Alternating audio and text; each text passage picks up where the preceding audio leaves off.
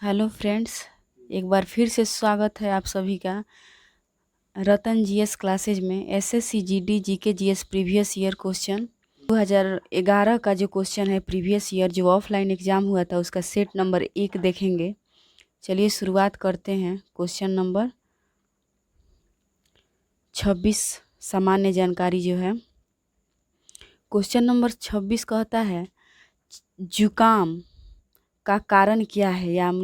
जुकाम जो है मामूली ठंड के कारण हो जाती है, तो जुकाम का कारण क्या है। तो इसका सही आंसर ऑप्शन नंबर सी होगा, विषाणु, यानी कि वायरस के कारण जुकाम हो जाता है। चलिए क्वेश्चन नंबर हम लोग 27 देखते हैं। क्वेश्चन नंबर 27 है मेनिंजाइटिस रोग किसको प्रभावित करता है। तो 27 का आंसर होगा ऑप्शन डी, मस्तिष्क। इसका सही आंसर होगा ऑप्शन नंबर डी, मस्तिष्क को मेनिंजाइटिस जो रोग है वो मस्तिष्क को प्रभावित करता है। क्वेश्चन नंबर 28 कह रहा है भारतीय संविधान में समवर्ती सूची किसके संविधान से ली गई है। तो हमारा जो संविधान है उसमें समवर्ती सूची का प्रावधान इसका होगा 28 का आंसर डी, ऑस्ट्रेलिया से समवर्ती सूची लिया गया है। चलिए जबकि अगला क्वेश्चन हम देखते हैं। क्वेश्चन नंबर 29, सरकारी संपत्ति को नष्ट न करना क्या है। सरकारी संपत्ति को नष्ट न करना क्या है। 29 का सही आंसर होगा ऑप्शन सी, नागरिक कर्तव्य। हम जानते हैं कि हमारे मूल संविधान में मूल कर्तव्य नहीं था, लेकिन 42वें संविधान संशोधन द्वारा 10 मूल कर्तव्य जोड़ा गया जो हम लोग रूस के संविधान से लिए थे। चलिए आज वर्तमान में हम लोग के पास मूल कर्तव्य की संख्या 11 है। जो 11 नंबर मूल कर्तव्य है वह 86वां संविधान संशोधन 2002 द्वारा जोड़ा गया था। चलिए अगला क्वेश्चन देखते हैं। क्वेश्चन नंबर 30, संविधान की मसौदा समिति के समक्ष प्रस्तावना किसके द्वारा प्रस्तुत की गई थी। कह रहा है संविधान की मसौदा समिति के समक्ष प्रस्तावना किसके द्वारा प्रस्तुत की गई थी। तो इसका सही आंसर होगा option number A, Pandit Jawaharlal Nehru. Pandit Jawaharlal Nehru के द्वारा समक्ष प्रस्तावना यानी कि उद्देशिका को प्रस्तुत किया गया था। चलिए अगला क्वेश्चन देखते हैं। क्वेश्चन नंबर 31, निम्नलिखित में से जैन धर्म का कौन सा त्रिरत्न नहीं है। देखिए इसमें पूछ रहा है जैन धर्म का त्रिरत्न में इसमें कौन नहीं आता है। तो इसका सही आंसर ऑप्शन ए, सही विश्वास। देखिए जैन धर्म के त्रिरत्न में 3 शामिल है, सही ज्ञान, सही दृष्टि, सदाचरण, लेकिन सही विश्वास इसमें शामिल नहीं है। चलिए अगला क्वेश्चन देखते हैं। क्वेश्चन नंबर 32, हिमालय के स्थान पर कौन सा सागर विद्यमान था। तो देखिए क्वेश्चन नंबर 32 है हिमालय के स्थान पर कौन सा सागर विद्यमान था। तो इसका सही आंसर होगा ऑप्शन सी, टेथिस सागर।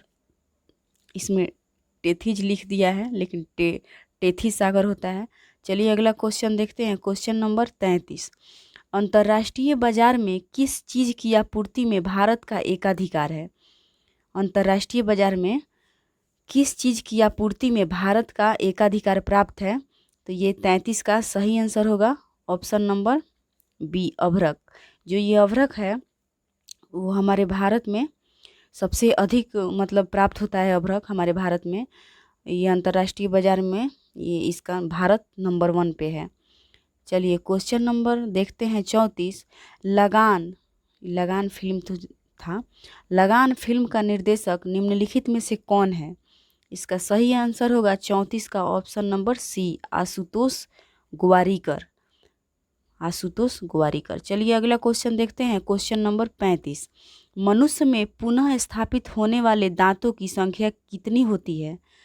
मनुष्य में जो पुनः स्थापित यानी कि जो दोबारा दांत जो आता है उसकी संख्या पूछ रहा है कि कितनी होती है। तो इसका सही आंसर होगा ऑप्शन बी 20। चलिए अगला क्वेश्चन होता है क्वेश्चन नंबर 36। निम्नलिखित में से योग के पथ प्रदर्शक कौन थे? योग पूछ रहा है, योग के, इसका तो आप सभी जानते हैं, योग पतंजलि। इसका सही answer option number A Patanjali. Question number 37 है, जब हम भूमध्य रेखा से उत्तर ध्रुव की ओर जाते हैं तो जी यानी कि गुरुत्वाकर्षण का त्वरण कैसा हो जाता है? ऑप्शन नंबर सी बढ़ता है। चलिए अगला क्वेश्चन देखते हैं, हजामत का शीशा कौन सा है? हजामत यानी जो ये हजामत का शीशा कौन सा है? तो इसका सही आंसर होगा 38 का बी, अवतल या कॉनकेव होता है इसका इंग्लिश। चलिए अगला क्वेश्चन देखते हैं क्वेश्चन नंबर 29। लोकसभा के लिए सबसे पहले आम चुनाव कब आयोजित हुए थे? सॉरी 29 बोले हैं, 39। क्वेश्चन नंबर 39 का सही आंसर होगा ऑप्शन बी 51-52। 1951-52 ईस्वी में लोकसभा का पहला आम चुनाव हुआ था। चलिए अगला क्वेश्चन देखते हैं क्वेश्चन नंबर 40। टूटी हड्डियों को जोड़ने के लिए निम्नलिखित में से किसका प्रयोग किया जाता है? तो इसका सही आंसर होगा 40 का डी, ऑप्शन डी होगा इसका, प्लास्टर ऑफ पेरिस। अगला क्वेश्चन कह रहा है, प्रतिवर्ष शिक्षक दिवस कब मनाया जाता है? प्रतिवर्ष शिक्षक दिवस हम लोग मनाते हैं 5 सितंबर के। चलिए अगला क्वेश्चन देखते हैं, निम्नलिखित में जल जनित रोग कौन सा है? जल जनित रोग यानी कि जो पानी से होता है वो रोग कौन सा है? तो इसका सही आंसर होगा ऑप्शन बी हैजा। अगला क्वेश्चन है, सौर सेल को बनाने में किस तत्व का प्रयोग होता है? सौर सेल को बनाने में किस तत्व का प्रयोग होता है? तो इसका सही आंसर होगा ऑप्शन डी सिलिकॉन। सौर सेल को बनाने के लिए हम लोग सिलिकॉन का प्रयोग करते हैं। चलिए अगला क्वेश्चन देखते हैं क्वेश्चन नंबर 44। दिल्ली में 3 अक्टूबर से 14 अक्टूबर तक आयोजित 2010 के कॉमनवेल्थ खेलों में दीपिका कुमारी को स्वर्ण पदक किसमें मिला था? तो देखिए इसका सही आंसर होगा 44 का ऑप्शन बी महिलाओं को तीरंदाजी, और वो भी एकल स्पर्धा में। देखिए दीपिका कुमारी जो है वो तीरंदाजी खेल से संबंधित है। अगला क्वेश्चन है क्वेश्चन नंबर 45। भारत की राष्ट्रीय वृक्ष कौन सा है? भारत का राष्ट्रीय वृक्ष पूछ रहा है कौन सा है? इसका 45 का सही आंसर होगा बरगद, जबकि हम लोग के बिहार का होता है पीपल। अगला क्वेश्चन है, कथकली नृत्य किस राज्य से संबंधित है? तो कथकली जो है वो केरल का है, जैसे कथकली हो गया, ये मोहिनी अट्टम केरल का ही है, जो तमिलनाडु का जो है वो भरतनाट्यम हो गया, आंध्र प्रदेश का कुचिपुड़ी हो गया, और ये उड़ीसा का ये उड़िया जो हो गया, ये उड़ीसा का हो गया उड़िया।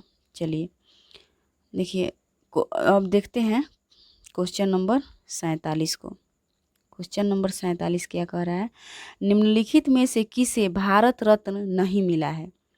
क्वेश्चन नंबर 47 में पूछ रहा है कि इसमें से किसे भारत रत्न से सम्मानित नहीं किया गया है? तो इसका सही आंसर होगा option number D Atal Bihari Vajpayee. Atal Bihari Vajpayee को भारत रत्न से सम्मानित नहीं किया गया था। चलिए अगला क्वेश्चन है, श्रीनगर किस नदी के किनारे बसा हुआ है? तो इसका 48 का सही आंसर होगा ऑप्शन बी झेलम।